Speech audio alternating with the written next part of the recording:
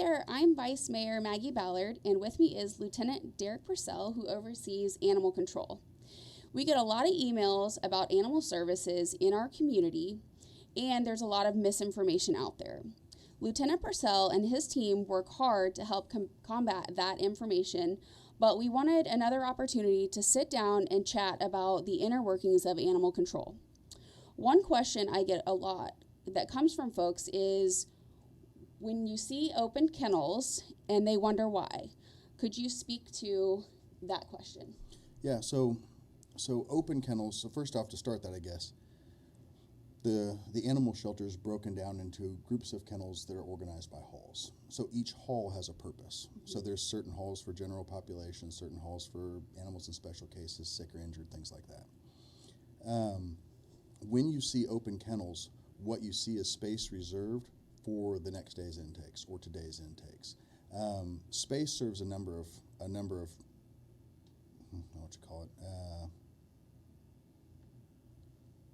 of purposes. So when you're running a shelter, one thing you have to control is disease in the shelter. And so minimizing stress is huge. The fewer animals or the more space you're able to put around the animals that are currently in the shelter, the lower the stress, the less likely they're going to get, their immune systems will drop and the less likely they'll get sick. Additionally, having an empty kennel between two occupied kennels, diseases like parvo and stuff, it's harder for it to go over that blank space than it would if the dog was or cat was right next door. So when you're in the shelter, you have to be, shelter management takes in consideration the animals in the shelter and the animals in the community. So at any given time, we might wind up in a situation where we have to take 10, 20 animals out of a house in the city. If I don't have space for those animals, I have a problem. So I have to look at the rate at which animals are coming in, ensure that I've got enough space to continue those operations, and then manage with enough space to prevent disease from spreading throughout the shelter. There's a common colloquialism that if an empty kennel is a life not saved, but the actual term should probably be every adoption saves two animals. It saves the animal you're getting out, and then it makes space for the animal coming in. Okay. So you kind of answered the next question was, can you speak to how we mitigate diseases in the shelter? But you kind of already answered that. There's a lot more to that too, if you want. Okay, if you'd like to add some more, sure. So the Wichita Animal Shelter is what they call an open intake shelter, which means regardless of the situation those animals find themselves in, they're coming into the shelter. So if it's a sick animal, it's coming in. If it's injured, it's coming in. If it's healthy, it's coming in. So the chances that us at the shelter will take in a sick animal and introduce a sick animal into our population is 100%. If it's actively symptomatic, we can isolate it, but I mean, just like we learned in COVID, these animals might not be demonstrating symptoms when they come in, so they will end up in the general population when they do start demonstrating those symptoms, which means that the animals in those kennels next to them have been exposed. Mm-hmm. So disease mitigation is truly being on top of your space, making sure you have a space to take care of today's intakes, and then decreasing unnecessary contacts. So at the shelter, citizens that are looking for their animals, they have to be able to come in and see the animals to see if they can find their animal and get it home. We publish them online at 24 Pet Connect, but sometimes it just helps people to see, a German Shepherd looks like a German Shepherd. They want to come and see if this is theirs. And that's why, that's the purpose of that there. We do get some citizens that come in, they just want to walk through and see all the dogs. The issues wind up being when people see these dogs and cats, and you see a happy dog in a kennel, you want to pet it, you want to touch it, you want to let it lick you. And while the person doing it is good-natured and well-meaning and well-intentioned, what they're unintentionally doing is putting other animals at risk. So let's say you go into the shelter and there is a yellow lab puppy sitting there, and it's barking at the door and it wants you to pet it. You want to. It's a drive inside all of us. I catch myself stopping myself all the time. You want to reach out and pet it, cup its head and rub its neck. But let's say that animal came in with parvo, and now it's licking you. And then you go to the next animal and you want to touch that one too. Whatever that first animal had, you're going to spread to every other animal in the shelter. So limiting those contacts is key for disease mitigation. We also we use different cleaners and stuff, Wizzy Wash, which is supposed to kill sheath viruses like parvovirus and things like that. We take a lot of those steps, but one of the big things is just limiting the amount of stress and the unnecessary contact, the unnecessary interactions. Okay. If someone has lost a dog, how long do they have to get it back? So if you've lost your dog, once it enters the shelter, the state mandates that we hold it for 3 full business days. Mm-hmm. So 3 full business days isn't necessarily 3 calendar days. It actually winds up being about 4 calendar days. So the first day doesn't count because it's not a full day. The next 3 days are the 3 full days. During those 3 days, the animal's evaluated, and the animal's evaluated as to what traits it possesses. Does it have behavior issues? Is it an adoption candidate as it sit? Does it have medical issues that need to be addressed? So after that evaluation is complete, the animal's marked available for rescue or available for transfer. So somebody could come in and say they want that dog, it transfers to that rescue, or KHS can take it and can be adopted over there once we've met that state obligation. But realistically, if you've lost your animal, those first 3 days are critical because the animal's at the shelter reserved for you, or the first 4 days. It's reserved there with the sole purpose of you coming and picking it up.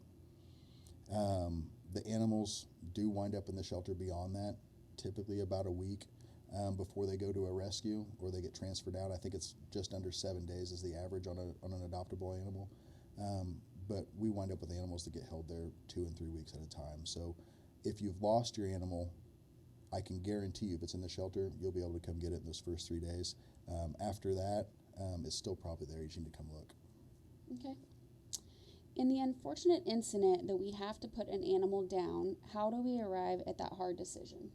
So to start, that's not a decision anybody likes to make. I want to clear that up first and foremost. Nobody wants to make these decisions. Mm-hmm. But what we have is we have finite resources. We have limited shelter capacity and really unlimited intakes.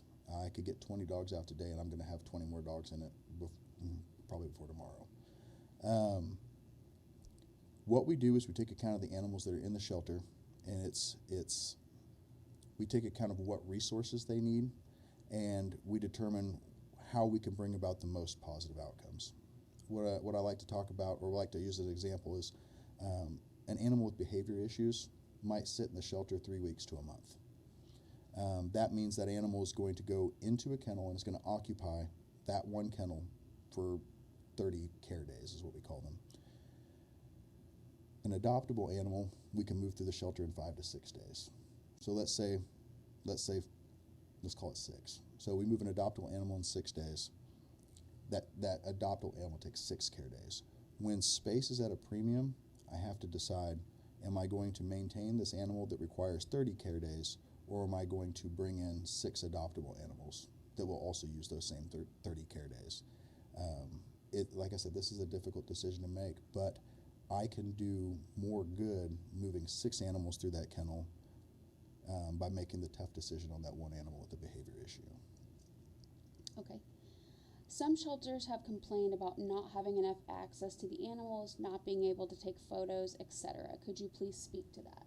Yeah, so I want to first say the shelter is only 1/2 of animal welfare, of what's going on there. Rescues comprise a large majority of a majority of the ways animals get out of that facility. Mm-hmm. Going back to disease mitigation, there's a delicate line you have to walk between allowing everybody back and allowing the people back that are conducting business. At the shelter, we have rescue agreements where we ask that the rescues identify the people that are working on behalf of that agency, mm-hmm. that are going to come in and get the pictures and get the videos and get the things to market the animals to get them out of the shelter faster.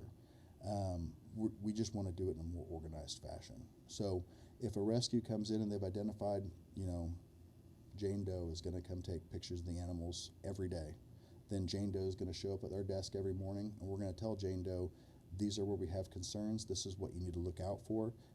If you've got an animal and you get pictures of, we've got treats back here. We can give you treats. We can give you gloves. We can put those barriers in place that prevent disease spread. But this last year, and even into the first few months of this year, the disease spread has been so bad that we've had to cut back and limit a lot of the access that was there to the shelter just for the welfare and benefit of the animals that are actually in the facility. And what people, I call it tripping over your own heart, because it's very easy to go into the shelter and to look at the animals you can see and fall for them, to love them. But you have to have a rational mind to realize that there is an unlimited number of animals coming into this building that are competing for this exact same space. And if I don't make the accurate decisions with the animals that I currently see in my building, the ones that my heart's tugging at, I make bad decisions for the ones that are coming in tomorrow. And that's it kind of goes to play with all these things, but it's a very difficult decision, and it's not one that's easily made, or there's nothing just willy-nilly done at the shelter. Everything's thoughtfully cared about. We do the best with what we have available to us. Okay. Why are we seeing such high numbers of animal intakes? So I've read a lot about this. It's not like I've gone out and done any studies, but so during COVID, people were confined to their houses, and a lot of people took on pets. They were, it's a companion when you're bored at home alone. After COVID, people started getting back out. They started going back about their lives, and the time that they had for these animals they brought in is now being spent on their normal lives again. So when this competition for time takes place, a lot of times the animals find themselves in the back seat because people want to go about, their friends, their family, the social gatherings, things like that. And so they wind up, some people dump their animals, but a lot of them wind up getting surrendered to other rescues, the shelter, the Humane Society, and what have you. Also during COVID, there was a point in time when medical supplies, due to the response to COVID, were diverted from veterinary clinics, so there was no spay-neuter clinics being operated.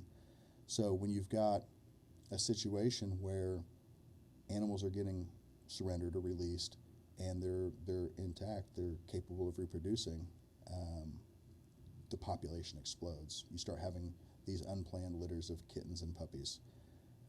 On top of that, coming out of COVID, you might notice it costs a little more to buy just about everything. I mean, the cheapest bag of dog food I could find is almost $40. People have to make decisions as to what they're going to buy. Are they going to put food on their table, or are they going to feed their dog or their cat? A lot of times they're choosing to feed their family, which I'm not going to fault anybody for that. Sure.